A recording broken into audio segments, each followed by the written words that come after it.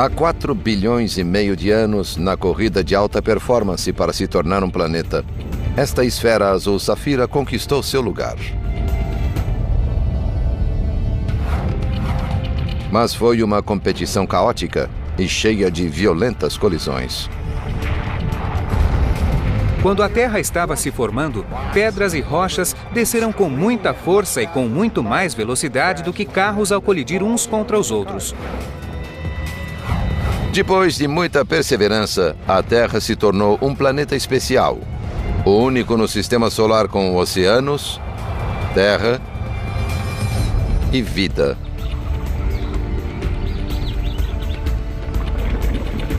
As bactérias ajudaram a criar o oxigênio. Devemos nossa existência à escória da natureza. Apesar dos desastres modernos que o assolam, o planeta continua uma das criações mais deslumbrantes do universo. Vamos viajar a bordo da nave Terra.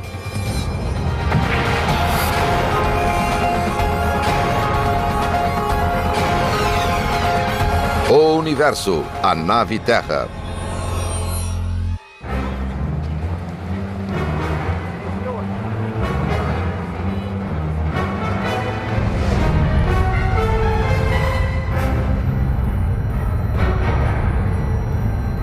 Imagine que os extraterrestres existissem e quisessem visitar o planeta Terra. Para eles, seria uma aventura espetacular. Nosso planeta, como indica o nome de origem latina, é formado por terra. E é o terceiro planeta a partir do Sol. Mas ao chegar, os visitantes perceberiam que o apelido Planeta Azul deve-se ao fato de 3/4 dele estarem cobertos de água. E notariam que a Terra é o único planeta no sistema solar, onde existem seres humanos e formas complexas de vida. Se pudessem respirar nossa atmosfera rica em oxigênio ou debaixo da água, poderiam explorar a Terra sem roupa espacial. Mas os turistas precisariam ajustar os relógios. A Terra leva 365 dias para girar em torno do Sol. E cada dia dura 24 horas, o tempo que o planeta leva para dar uma volta ao redor do próprio eixo. Apesar das tempestades mortais e das guerras civis, a Terra é um destino turístico relativamente seguro.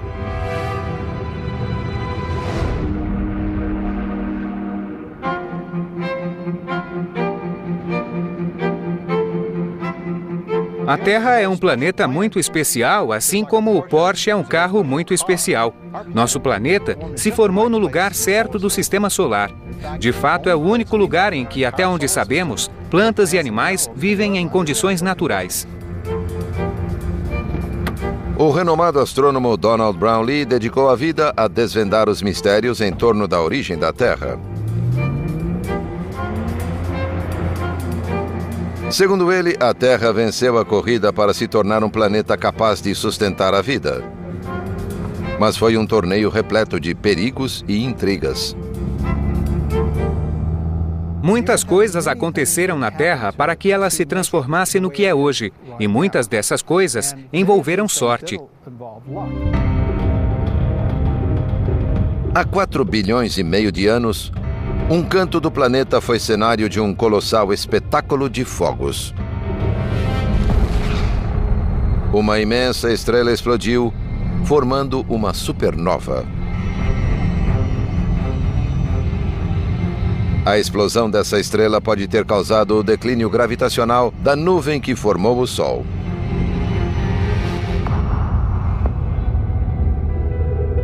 Logo depois que o Sol se formou, havia muito material orbitando em torno dele. Era um material microscópico, partículas de gelo, poeira, muito semelhantes aos fiapos que saem da secadora de roupa. Começaram a formar pequenos aglomerados. Com o tempo, parte desse material começou a se parecer com areia. Eram porções de silicato e começaram a se agrupar e a formar pequenas pedras, pequenas rochas. As pedras foram aumentando, assim como as colisões. Quando dois objetos se chocavam, a gravidade os mantinha juntos.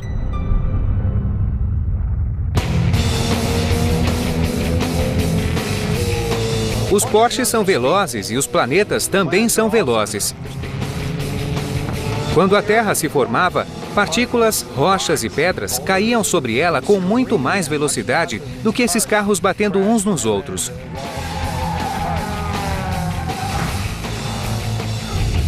A Terra se formou a partir dessas colisões múltiplas. Mas precisou sofrer muitos impactos mais para adquirir seu tamanho atual.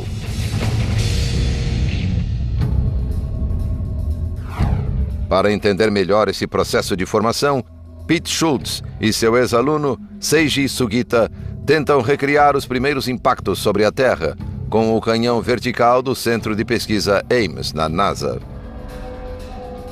O lugar parece um armazém e abriga um imenso canhão de gás que se assemelha a um míssil balístico. O canhão vertical lança projéteis contra alvos em uma câmara a vácuo. O fato de esse canhão poder ser carregado em ângulos diferentes torna-o muito realista em termos de comparação com o que aconteceu na superfície da Terra há 3,5 ou 4 bilhões de anos.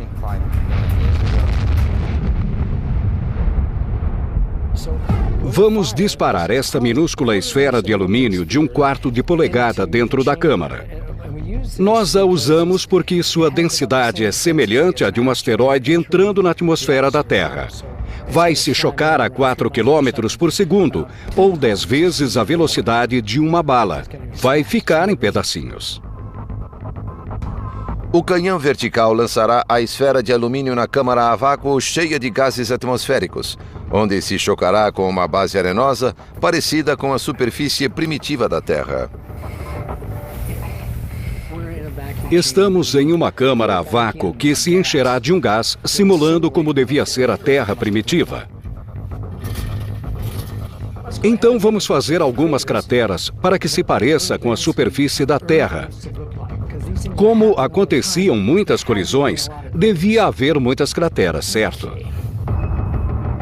O plano é disparar, acertar o centro do alvo e ver a cratera se formar. Vocês verão a força destrutiva desta esfera, mesmo sendo tão minúscula. Ela causará um estrago feio, se algo sobreviver. Câmeras de alta velocidade documentarão o impacto. Schultz e Sugita observam um monitor localizado fora da sala do canhão. Esta é a parte que me mata. Este é o momento antes da tempestade. Em uma sala de controle, um engenheiro liga vários botões. Certo, lá vamos nós. Schultz e Sugita combinam ciência com um pouco de superstição. Dedos cruzados, pernas cruzadas e mãos cruzadas. Certo.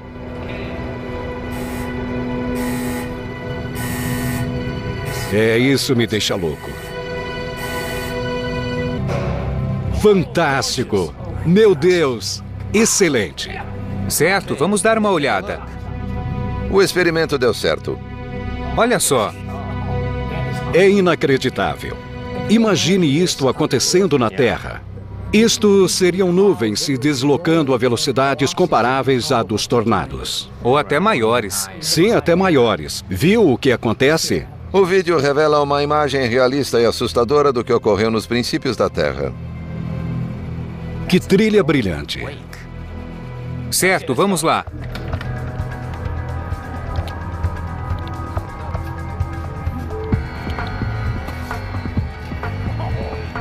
Minha nossa, puxa! Isso é totalmente fantástico. Fez um estrago e tanto. Imagine que esse é o asteroide que se chocou contra a Terra. Isso deve ter acontecido muitas vezes e causou muitos estragos ao planeta. Este é apenas um exemplo em pequena escala do que aconteceu. É isso aí. Sim, é isso aí.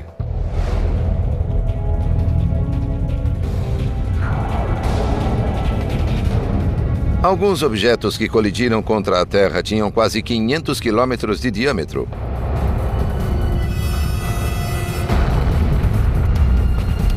A força do impacto a uma velocidade tão alta criou um calor extraordinário.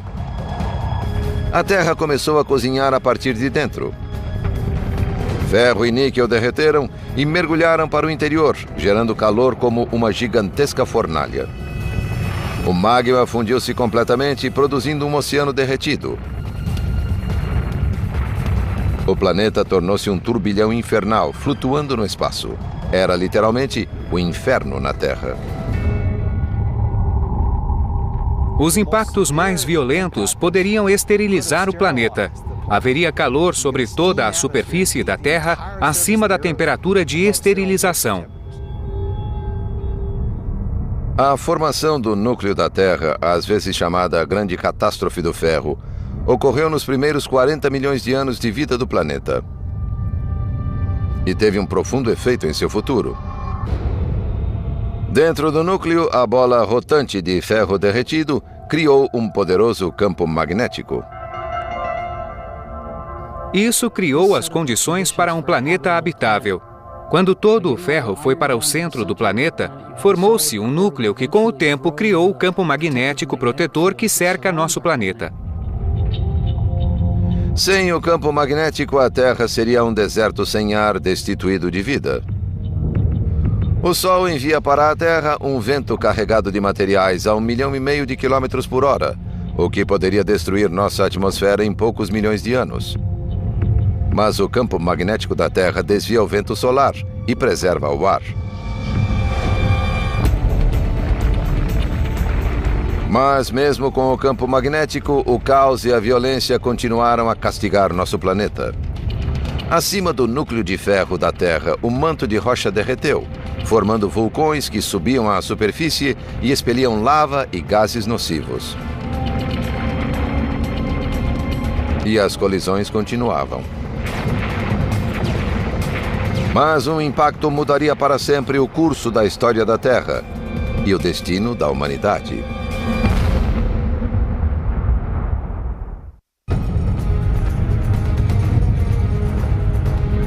Cerca de 50 milhões de anos depois do começo de sua formação, a Terra sofreu uma colisão que a desviaria para um novo rumo. Um objeto do tamanho de Marte colidiu com a Terra, que já tinha 80% de seu tamanho total. O impacto explosivo derreteu as duas camadas externas e as fundiu, aumentando as dimensões do planeta. Detritos fundidos que restaram se aglutinaram, formando a Lua.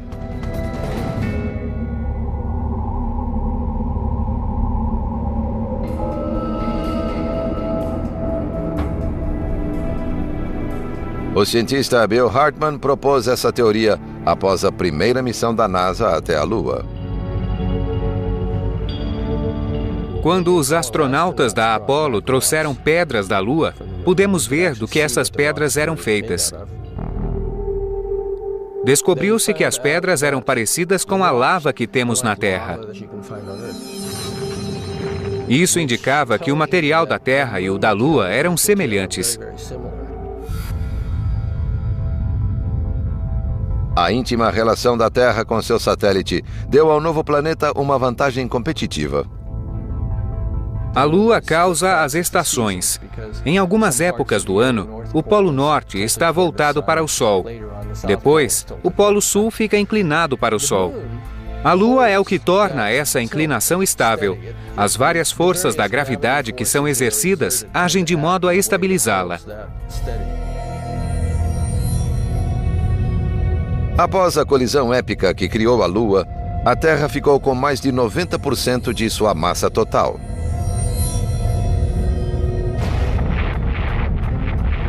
A formação dos planetas envolveu quase uma competição biológica de muitos corpos colidindo a velocidades muito altas.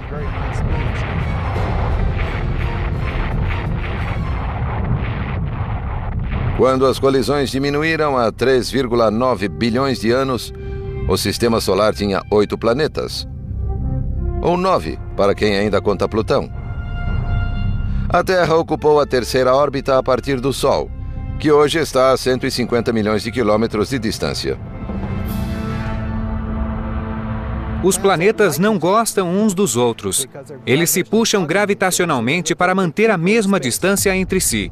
Cada planeta está a uma certa fração mais distante do Sol. Os objetos que não se tornaram planetas foram banidos. Os asteroides feitos de rocha e ferro encontram asilo no cinturão dos asteroides entre Marte e Júpiter. Os cometas, compostos de gelo, poeira e pedra, buscaram abrigo no cinturão de Kuiper, logo depois do planeta Netuno. Outros migraram para a nuvem Oort, a 1 trilhão de milhas da Terra.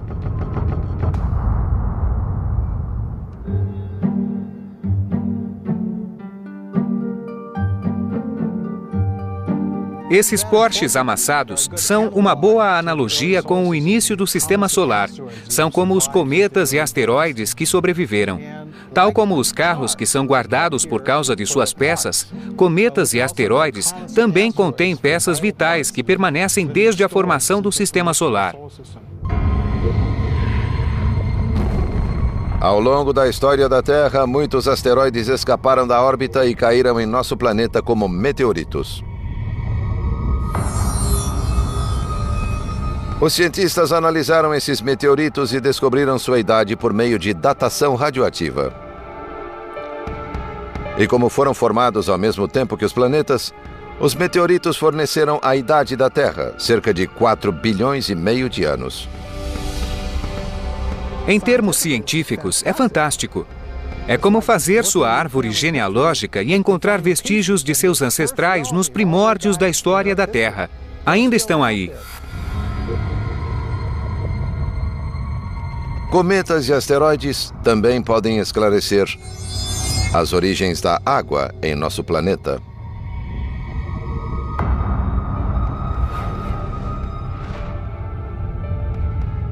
Há 3,9 bilhões de anos, a Terra resfriou, formando uma espessa crosta de silicatos sobre seu manto e seu núcleo de níquel e ferro.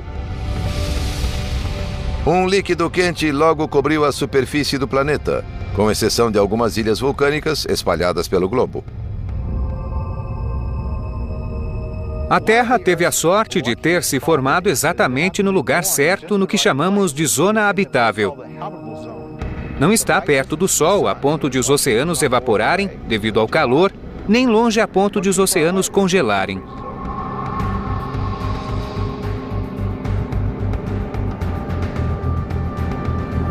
Mas de onde veio tanta água?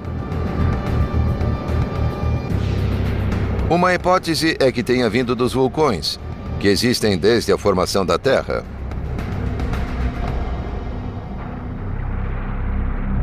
Os vulcões expeliram colossais quantidades de vapor na atmosfera.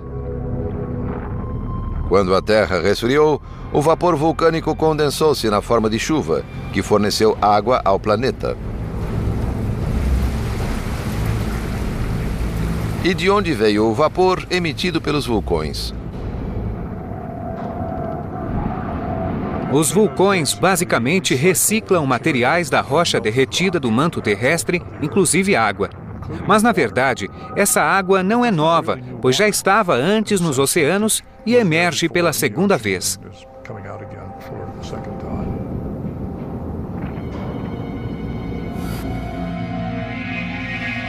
Para o cientista da NASA, Michael Mumma, a água do nosso planeta veio do espaço.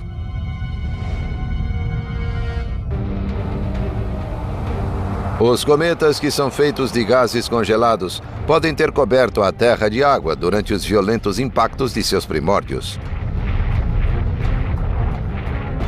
A emissão de água de um corpo congelado depende crucialmente do tamanho da partícula. Os corpos menores se romperam no alto da atmosfera. Os outros corpos emitiram o material na superfície da Terra, e esse material foi vaporizado, tornando-se a água da Terra.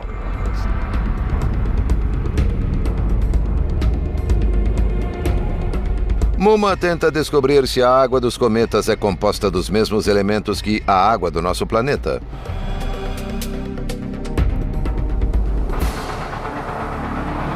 Sabemos que os oceanos da Terra contêm uma mistura de água normal, H2O, com água pesada, HDO, que inclui deutério, uma forma de hidrogênio 2 vezes mais pesada do que o hidrogênio normal. Mas é difícil estudar os cometas. Poucos passam pela Terra, porque a maioria orbita no sistema solar externo.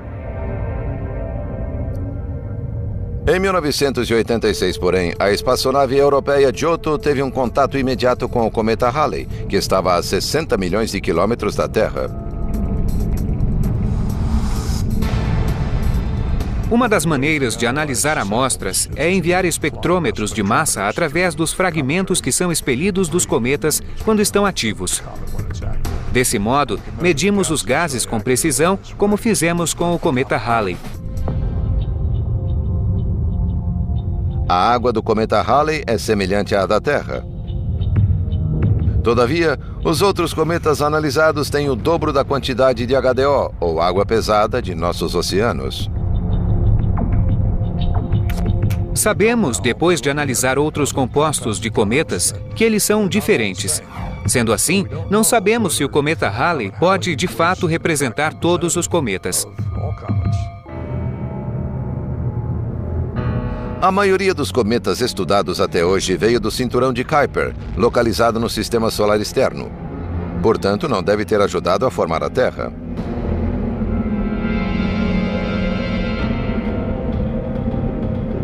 Mas o telescópio Gemini North, no Havaí, recentemente descobriu cometas em um lugar improvável.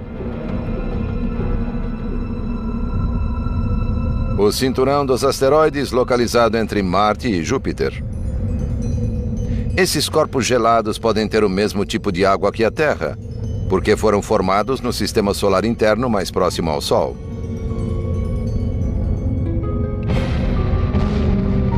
O mais surpreendente é que novos indícios sugerem que esses raros cometas, além de ter fornecido água à Terra, podem ter trazido ao planeta as sementes da vida.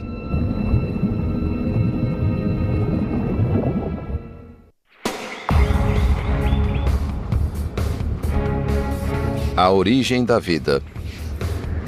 Essa continua sendo uma das questões mais enigmáticas e controvertidas sobre o planeta Terra.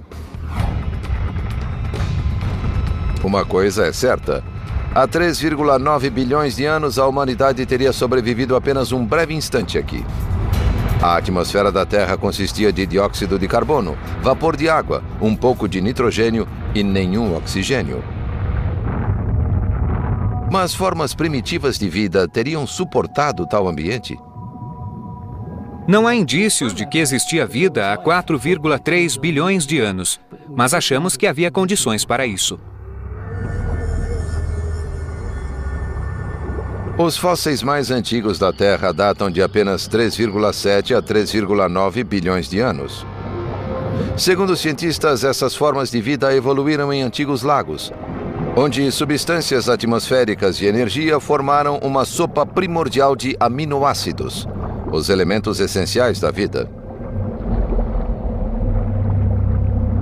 Mas os elementos básicos da vida podem ter vindo de outro lugar? Talvez de um objeto extraterrestre? Os meteoros contêm materiais orgânicos, incluindo aminoácidos. Eles se formaram, de algum modo, no começo do sistema solar. Então, há emissão de material orgânico no espaço. Mas se cometas e asteroides transportaram os elementos básicos da vida à Terra, como sobreviveram ao impacto em alta velocidade?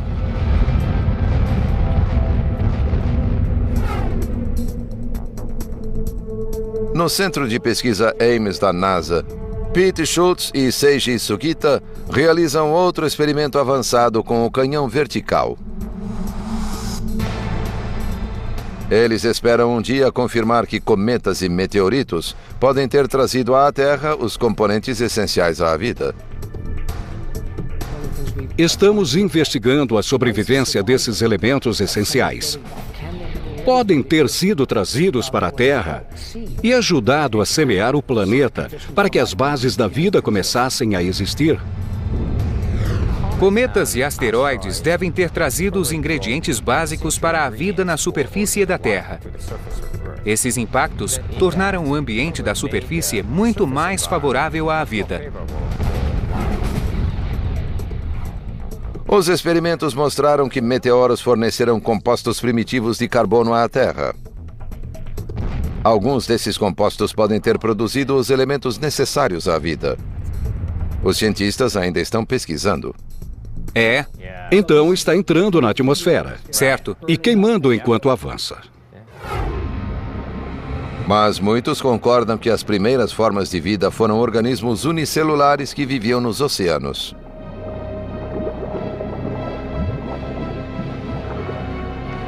Hoje, os biólogos procuram os descendentes de nossos ancestrais mais antigos em alguns dos locais mais inóspitos da Terra.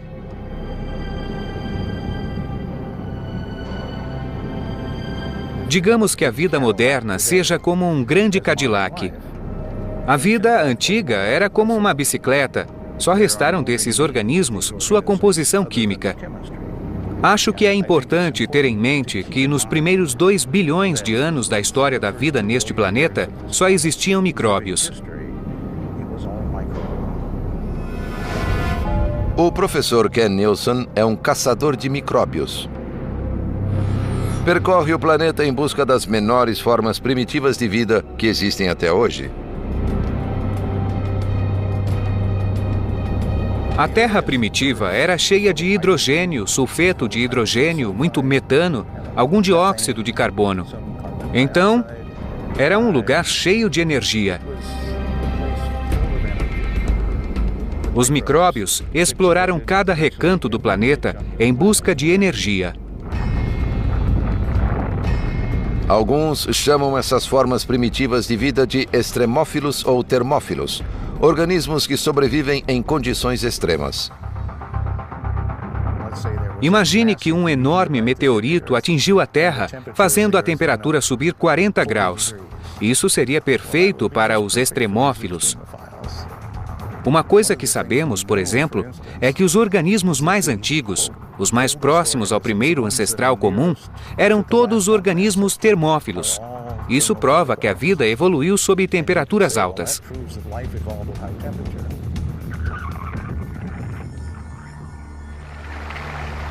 Descendentes desses organismos termofílicos ainda são encontrados hoje e podem viver em temperaturas de 110 graus centígrados. Se quiser encontrar termófilos, vá ao Parque Yellowstone, aos lagos borbulhantes e tanques de água mal cheirosa. Durante anos, pensou-se que eram estéreis. Mas estão cheios de vida, repletos de organismos se adaptando a esses extremos. Os extremófilos atuais podem provar que a vida prosseguiu e se adaptou sob as condições extremas da Terra durante seu início turbulento. Mas como micróbios unicelulares se transformaram em formas de vida complexas? Há cerca de 3 bilhões de anos, formas de vida primitiva absorviam a energia do Sol.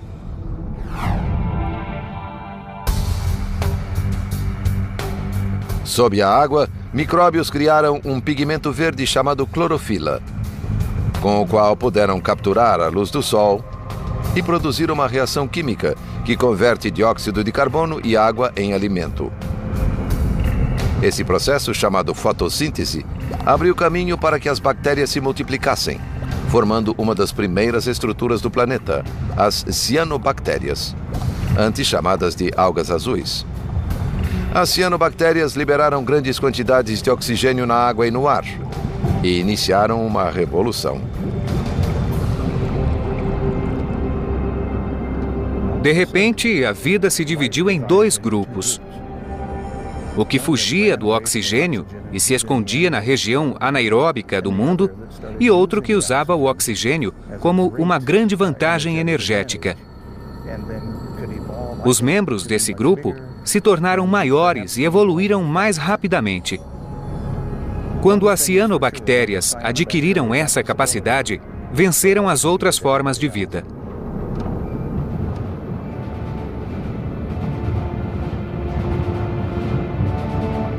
Graças às cianobactérias, a vida pôde se diversificar rapidamente e se tornar mais complexa.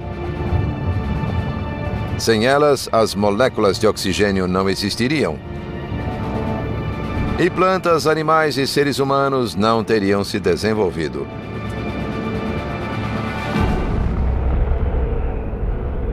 Então, sem as cianobactérias, nós não existiríamos. Nós devemos nossa existência à escória da natureza. Todos nós viemos do mesmo lugar. Por isso temos muitas coisas em comum com as bactérias. Não há a menor dúvida.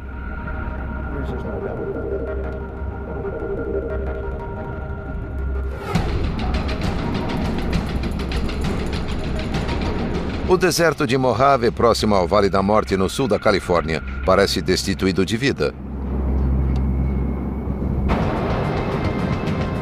Mas sob a superfície desse lago seco, os ancestrais do homem se multiplicam.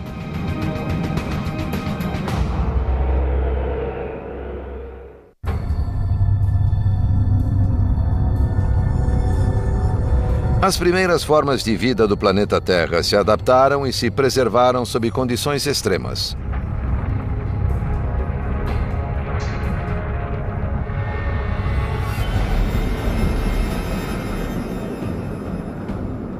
Hoje, no árido deserto de Mojave, na Califórnia, o geobiólogo Ken Nielsen procura os segredos da vida. Ele descobriu que organismos microbianos modernos também florescem nesses lugares inóspitos. O que vemos quando olhamos esse ambiente é algo como uma série de túneis ou montes. São feitos pelos gases produzidos pelos micróbios que vivem neste terreno. Se pegarmos água e reidratarmos esta porção do solo e a examinarmos ao microscópio, veremos muitos micróbios por toda parte. Esse é o ciclo de vida na salina. Podemos chamar tais organismos de extremófilos, pois extraem a subsistência de um ambiente como este. Os micróbios reinaram soberanos durante boa parte da história da Terra. Revolucionaram o planeta e abriram o caminho para uma miríade de espécies sofisticadas. Mas foi o solo que deu à vida um novo abrigo. Acredita-se que a Terra começou a emergir há cerca de 4 bilhões de anos. As placas tectônicas criaram calor e pressão e produziram rochas mais leves do que o solo oceânico. Estas rochas flutuaram e se acumularam, criando continentes que mudariam de tamanho e forma ao longo do tempo. Os vastos continentes permitiram a existência do elemento mais característico da Terra: a vida em formas complexas. Após 2 bilhões de anos de evolução planetária e biológica, as primeiras plantas e animais emergiram da água para a Terra. Mas levaria centenas de milhões de anos para que surgisse a humanidade. E depois que o homem passou a dominar o planeta, a Terra jamais voltou a ser a mesma. Hoje, o planeta Terra apresenta as melhores condições para sustentar a humanidade no sistema solar. 7 continentes e incontáveis ilhas abrigam 6 bilhões de pessoas.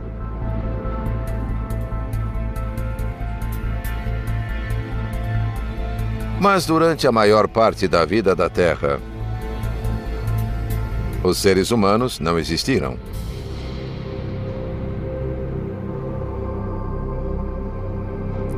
A história do planeta foi comparada a um período de 24 horas, e o homem está presente apenas durante os últimos 2 segundos do dia.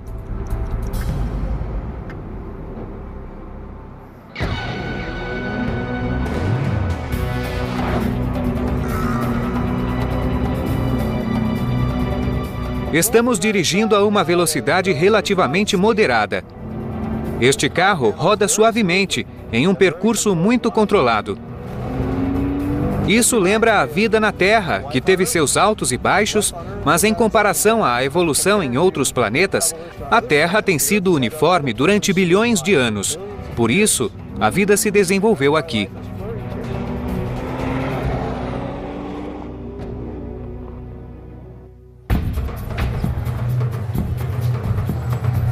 Mas com seu futuro hoje nas mãos dos homens, a nave Terra pode voltar às suas tumultuadas origens.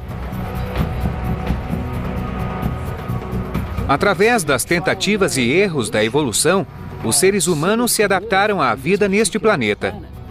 Isso é verdade agora, mas no futuro ninguém sabe. O homem criou algo que antes parecia inimaginável: a tecnologia. Veículos mecânicos, aparelhos e instrumentos simplificaram e melhoraram nossa vida.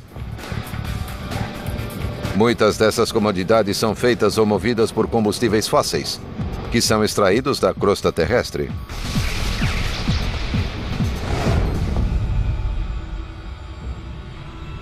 Mas nos últimos 100 anos, essas inovações levaram a uma crise planetária.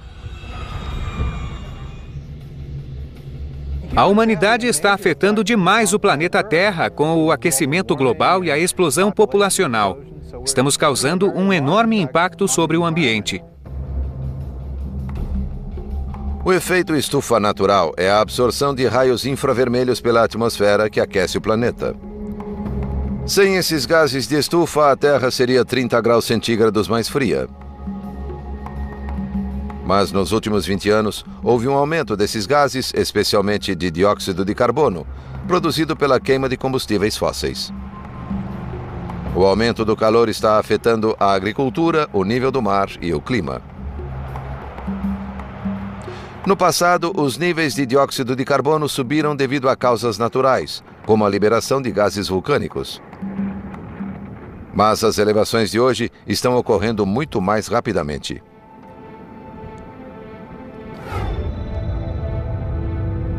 Para visualizar essas mudanças drásticas, é preciso viajar às zonas pouco habitáveis do planeta Terra. Lá, o futuro da humanidade está literalmente derretendo.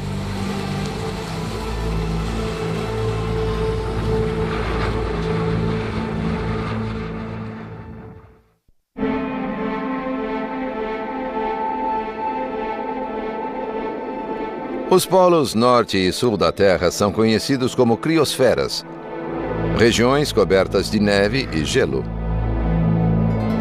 Eles ajudam a regular a temperatura e os níveis oceânicos em todo o globo.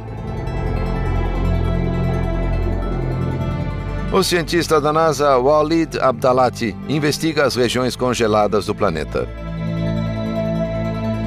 A sensação de estar no gelo é incrível. É um lugar imaculado. Em alguns lugares, fui o primeiro a tocar o chão. Nós nos sentimos pequenos. Quando estamos lá, tudo é tão vasto e impressionante. Mas no último século, cientistas como o Dr. Abdalati testemunharam pessoalmente a diminuição do gelo. A neve e o gelo são brancos. Por isso, refletem a luz do Sol e esfriam o planeta. Ao contrário, os oceanos absorvem a luz solar, aquecendo o globo. Mas ao derreter, o gelo cria mais água, que absorve mais luz do Sol, aquecendo mais o planeta e derretendo mais gelo.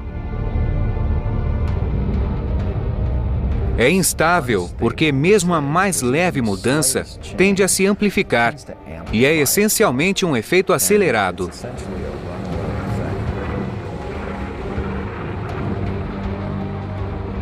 As calotas polares da Terra estão em perigo. A extinção contínua dessas preciosas regiões pode um dia causar catástrofes em todo o planeta.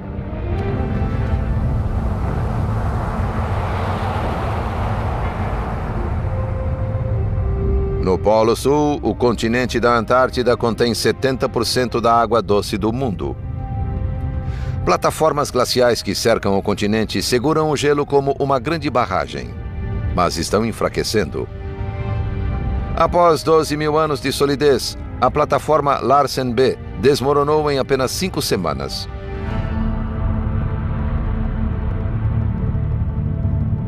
No Polo Norte, acredita-se que o Oceano Ártico não terá gelo no verão dentro de 40 a 60 anos. O que está causando o aumento da temperatura, sem dúvida, é uma variabilidade natural, mas há também a contribuição humana. Sabemos que a humanidade contribui para o aquecimento global e, por conseguinte, para a diminuição da camada de gelo. Na Groenlândia, a geleira Jakobshavn, cujo deslocamento já era veloz, agora avança descontroladamente. Agora ela se desloca a cerca de 1,5 metros por hora, o que para uma geleira é muito rápido. Na pior das hipóteses, todas essas geleiras começarão a acelerar e também a liberar enormes quantidades de gelo no mar. O nível do mar aumentaria 1 metro no mundo todo, e 1 metro em regiões costeiras basta para desalojar milhões e milhões de pessoas.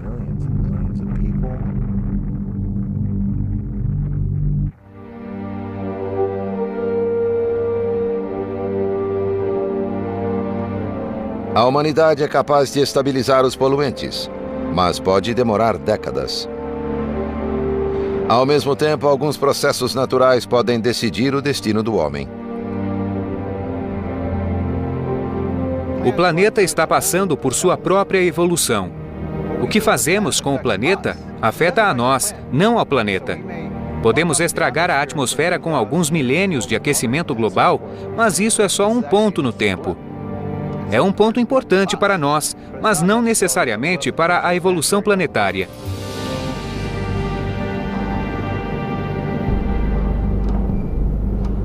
Don Brownlee e o colega Peter Ward mediram os sinais vitais do planeta, e o prognóstico é sombrio. A Terra, como viveiro para animais e seres humanos, está chegando ao fim.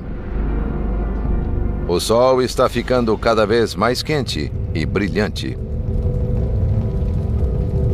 O problema que existe para o futuro da vida na Terra é que, quando o Sol ficar mais quente, espera-se que o dióxido de carbono seja quase completamente removido da atmosfera. E a era das plantas e dos animais chegará ao fim.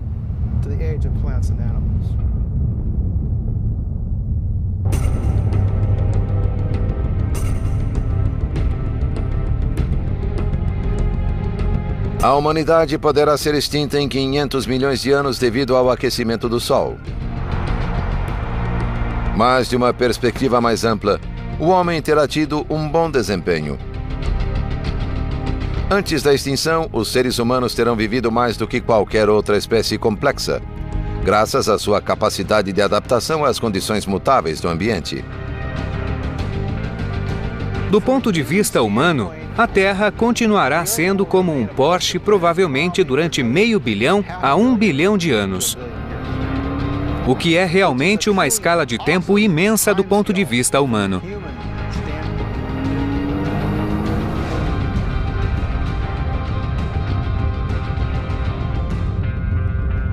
Enquanto a nave Terra avança por territórios inexplorados, a humanidade pode refletir sobre as incríveis conquistas e a sobrevivência admirável do planeta, no violento ambiente chamado Universo.